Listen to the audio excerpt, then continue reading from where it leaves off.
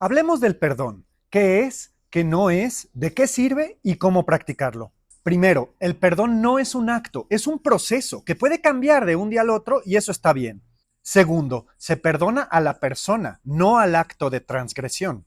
Tercero, se perdona para el beneficio de uno mismo primariamente, no necesariamente para beneficiar al otro. Vamos punto por punto. El perdón puede ser externo, interno o existencial. O sea, puede venir del universo, de que Dios nos perdone, de afuera, de que alguien que queremos que nos perdone nos diga que nos ha perdonado, o puede ser interno, que nos perdonamos a nosotros mismos. El perdón puede ser algo que recibimos o puede ser algo que le otorgamos a alguien más. Del perdón existencial no voy a hablar en este video porque cada religión tiene su propio proceso y su protocolo de cómo Dios perdona, entonces voy a hablar del perdón interno. Comparte en los comentarios alguna experiencia que hayas tenido intentando perdonar o ser perdonado. Según las prácticas budistas del perdón, es imposible ser perdonado si no antes otorgas el perdón. Y es imposible otorgar el perdón si nunca hemos pedido disculpas para ser perdonados. O sea, otorgar el perdón nos beneficia a nosotros porque nos cura del resentimiento. Hay dos citas que le tienden a atribuir al Buda. Una es que guardar rencor es como querer aventarle un carbón caliente a alguien para lastimarlo y quemarnos la mano en el proceso. La otra es que guardar rencor es como tomarse veneno y esperar a que la otra persona se enferme. Porque de entrada no es justo vivir la injusticia, de por sí te traicionaron o te lastimaron, como para que encima de eso sufras del rencor y del resentimiento de odiar a aquella persona que transgredió. O sea, la vida ya te torturó y encima te torturas a ti mismo, pues sucede que el odio ocupa y drena muchísima energía. El resentimiento lo dice en su nombre, es un sentimiento que no logramos soltar. Lo sentimos una y otra vez, lo resentimos. Del otro lado de la moneda está la culpa, cuando nos resentimos a nosotros mismos. Si nosotros nos equivocamos, transgredimos y buscamos el perdón, si no nos sentimos perdonados o no nos perdonan, ese arrepentimiento se vuelve una culpa y se convierte en un resentimiento hacia nosotros mismos, hacia el yo del pasado. ¿Cómo pude haber yo hecho eso? ¿Cómo pude haber sido yo capaz de hacer eso? La realidad es que todos nos equivocamos cuando estamos adoloridos o confundidos. Un gran maestro me preguntó una vez, ¿cuántas veces tienes que sentir culpa y arrepentimiento para ser digno y merecedor del perdón? Les doy unos segundos para pensar en la respuesta de esta pregunta. Y hasta les voy a repetir la pregunta. ¿Cuántas veces tienes que arrepentirte? ¿Cuántas veces tienes que sentir culpa para ser digno y merecedor del perdón? La respuesta es una sola vez, ni más ni menos. Solo tienes que arrepentirte de algo una vez, reconocer que lo que hiciste estuvo mal, que lo que hiciste causó daño. Eso es más que suficiente para ya merecer el perdón. Porque si no reconoces tu error y nunca te arrepientes, no vas a requerir el perdón porque según tú, pues no hiciste nada mal. Y pues ni culpa cargas, ¿no? Pero si te echas la culpa una y otra vez y diario sientes el mismo arrepentimiento, eso ya no cuenta como arrepentimiento, ya se convirtió en resentimiento hacia uno mismo. En esos casos es justamente donde entra y es necesario aplicar el perdón.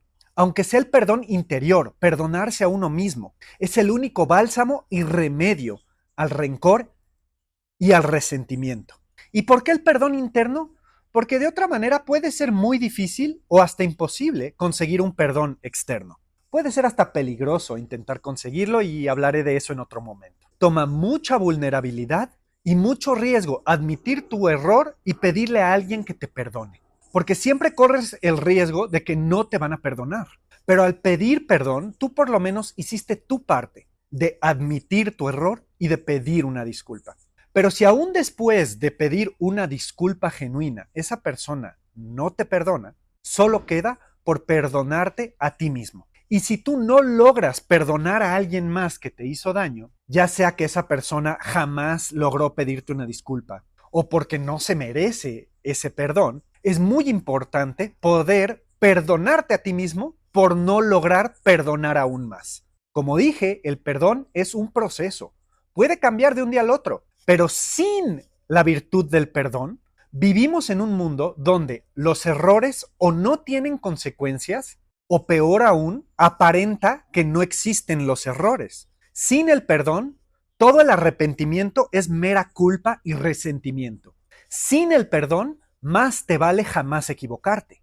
En el budismo, el perdón también se conoce como la tolerancia o como la paciencia, y es la tercera virtud en el camino de los seres iluminados conocidos como bodhisattvas. El tercer paramita, conocido como Kshanti paramita. La paciencia en este caso no es tener que tolerar, tener que cargar o soportar como si fueras un burro de carga. No se trata de aguantar un peso y la paciencia tampoco se trata de esperar y esperar a que algo suceda.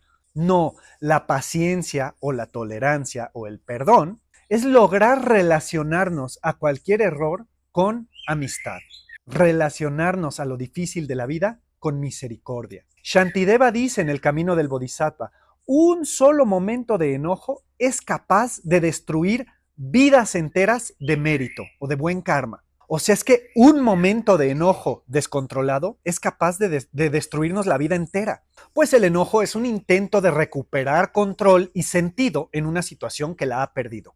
Y el enojo, por lo mismo, puede ser muy incontrolable y muy destructivo. Con la paciencia, ese enojo se puede transformar o autoliberar en claridad, pues el enojo en su esencia viene de un lugar sabio. La sabiduría del enojo es esto no me gusta, esto me entristece, esto me molesta. Pero en su expresión se puede volver neurótica y extrema. Todo esto es malo y debe ser eliminado. Y lograr reconocer el enojo como claridad requiere de cultivar paciencia o tolerancia o perdón. Shantideva dice también, puedes cubrir el mundo entero de piel o de cuero, pero es más fácil cubrirte los pies de cuero, o sea, usar zapatos, que cubrir el mundo entero de piel.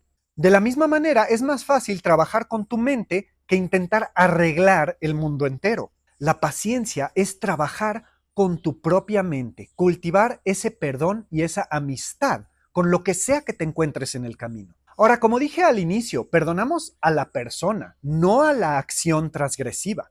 La acción no deja de ser dañina.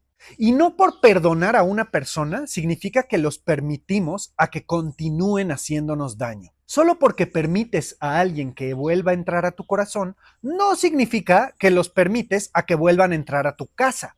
Sí se puede perdonar a alguien de lejitos, sin tener que decirles que los perdonaste o contactarles para avisarles, porque a veces reanudar el contacto con alguien que te hizo daño no es sano, es mejor mantener el contacto lejos, pero puedes perdonarlos por ti, en tu propia mente, para tu beneficio, para no cargar el rencor y el resentimiento. No tienes que perdonarlos en voz alta, porque los límites son muy importantes a la hora de practicar el perdón. El perdón incondicional está reservado para estados espirituales muy elevados. Para aquellos de nosotros que aún vivimos con las leyes terrenales y mundanas, el perdón sí requiere de límites y condiciones. Te perdono, pero sí mantente lejos. Te perdono, pero no vamos a seguir como si nada. Pero eso sí, te perdono no porque tú lo merezcas, pero porque yo merezco no vivir con rencor.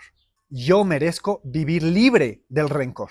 Y como dije, el perdón es un proceso. Quizás el día de hoy ya te perdoné y el día de mañana siento que siempre no. Y la verdad es que se vale. Es complicado, pero es válido. Y por eso el perdón es una práctica constante. No solo de otorgarlo, sino también de pedirlo.